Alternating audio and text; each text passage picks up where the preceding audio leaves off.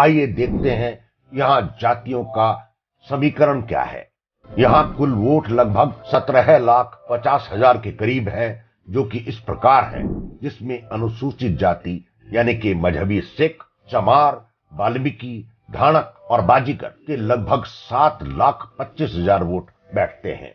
जाट समुदाय के लगभग 3,25,000 वोट हैं और जट सिख हैं लगभग 1,82,000। पंजाबी समुदाय, खत्री, अरोड़ा, मेहता लगभग 1,11,000 के करीब हैं। बनिए 87,000, कंबोज 85,000, ब्राह्मण 55,000, विश्नोई 48,000।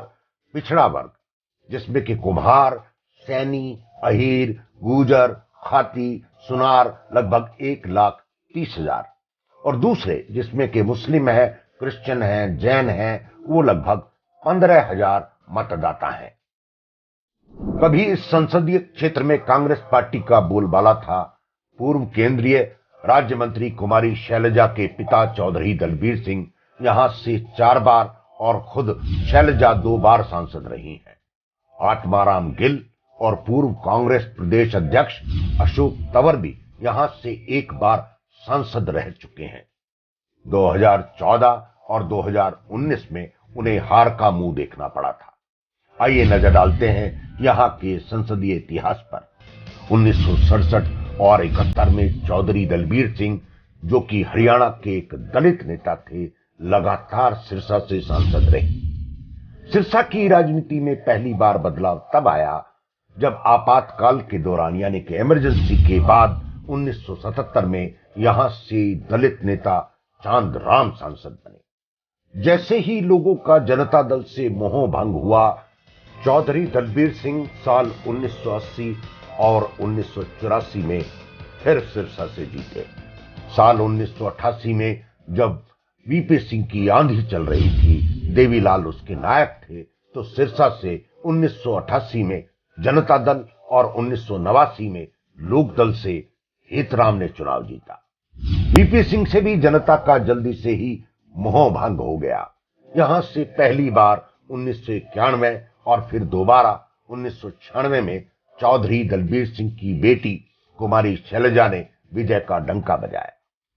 1998, 1999 में राजनीति ने फिर पलटा खाया और यहां से सुशील कुमार इंदौरा ने इंडियन नेशनल लोकदल की टिकट पर चुनाव जीता। अटल बिहारी वाजपेयी के शाइनिंग इंडिया नारे को देश की जनता ने ठुकरा दिया। 2004 में यहां से फिर कांग्रेस पार्टी के टिकट पर आत्मा सिंह गिल विजयी हुए। 2009 में राहुल गांधी के सहयोगी रहे युवा दलित नेता अशोक तंवर का उदय होता है। वो कांग्रेस पार्टी का टिकट पाकर सिरसा से विजयी हो जाते हैं। 2014 में जैसे ही मनमोहन सिंह की सरकार की विदाई होती है, वैसे ही यहां से इंडियन लोकदल की टिकट पर चरणजीत सिंह रोरी विजयी होते हैं।